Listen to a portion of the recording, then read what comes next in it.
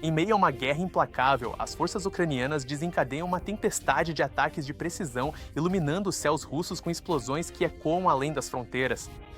Enxames de drones explosivos e barcaças de mísseis destroem fortalezas inimigas. Observe as chamas se alastrarem enquanto expomos o caos. Preparem-se para as atualizações sobre a guerra. Sua visão sem filtros sobre como esses ataques audaciosos estão prejudicando o domínio da Rússia no campo de batalha. Vamos começar com tudo. No dia 13 de novembro, mísseis Neptune ucranianos atingiram um terminal de petróleo em Novorossiysk. As explosões podiam ser vistas a quilômetros de distância. Isso não é apenas um ataque, é um símbolo. O Neptuno foi projetado como uma arma antinavio. O Loot Design Bureau desenvolveu o anti-memo da invasão em grande escala, em 2019. Naquela época, poucos acreditavam que a Ucrânia conseguiria produzir seus próprios mísseis de cruzeiro, mas a guerra força a adaptação. Agora, os Neptunes não atingem apenas navios. Eles se tornaram uma arma versátil de longo alcance. Junto com eles, novos desenvolvimentos. O míssil drone Barça, apresentado em abril deste ano, é capaz de percorrer centenas de quilômetros. Isso não é só armamento. Isso é a prova de que, sob a pressão da guerra, a Ucrânia criou o que antes parecia impossível. No dia 18 de novembro, as forças ucranianas atacaram a região de Voronezh. Eles usaram mísseis Atoms americanos, entre os mais precisos do mundo. Esse é um dos ataques mais profundos em território russo, em toda a guerra.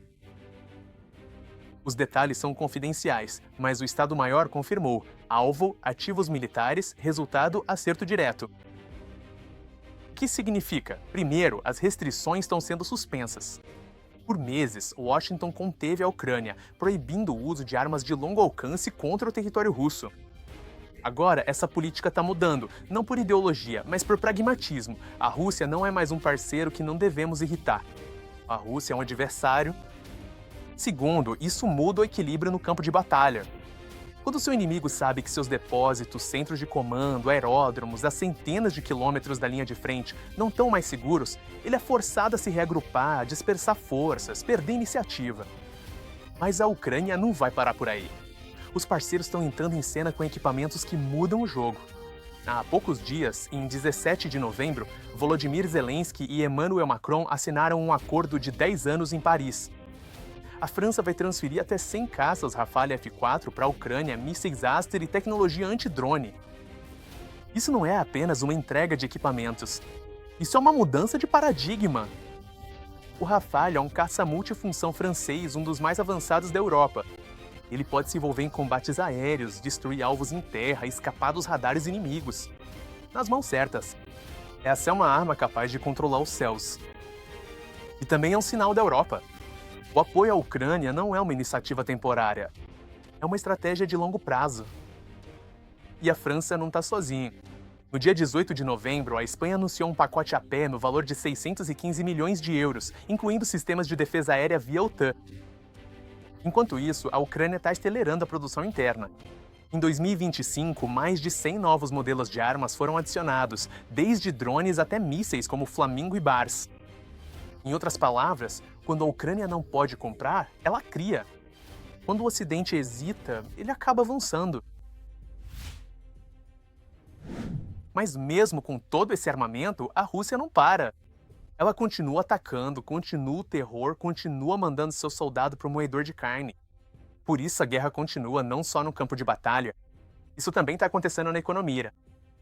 As sanções que o Ocidente impôs à Rússia finalmente começaram a surtir efeito. O relatório de janeiro de 2025 do Royal United Services Institute mostra que o custo de aquisição militar russa aumentou em 50%. A Rússia é obrigada a comprar drones do Irã e munição da Coreia do Norte. O Chatham House observou em julho que, devido às sanções tecnológicas, a Rússia está enfrentando estagnação na inovação. Sem componentes ocidentais, a produção desacelerou de 20% a 30% em setores-chave. E apesar das garantias de Putin e de que as sanções não mudam nada, os números contam uma história diferente.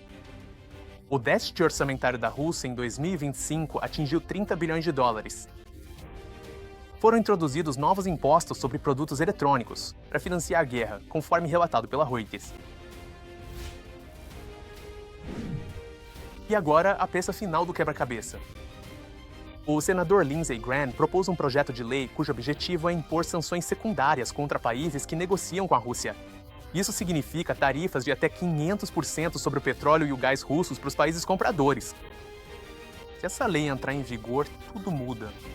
A China, a Índia e outras nações que continuarem comprando recursos russos terão que fazer uma escolha. Continue apoiando Moscou ou preserve o acesso aos mercados ocidentais. Isso não é uma ameaça, este é um plano de ação. Vamos recapitular? A Ucrânia está recebendo novas armas. As restrições ao seu uso estão sendo suspensas. Os aliados estão finalmente passando das palavras para ações em larga escala. E a pressão econômica sobre a Rússia está aumentando, lenta, mas inevitavelmente. Só existe uma pergunta: quanto tempo esse caminho vai levar? Quanto tempo será necessário para que a máquina de guerra russa finalmente pare? Nós não sabemos a resposta, mas sabemos de uma coisa: cada ataque, cada entrega, cada sanção traz esse momento mais perto. Essa foi a atualização da guerra. Inscreva-se, ative as notificações e seja o primeiro a saber das vitórias ucranianas.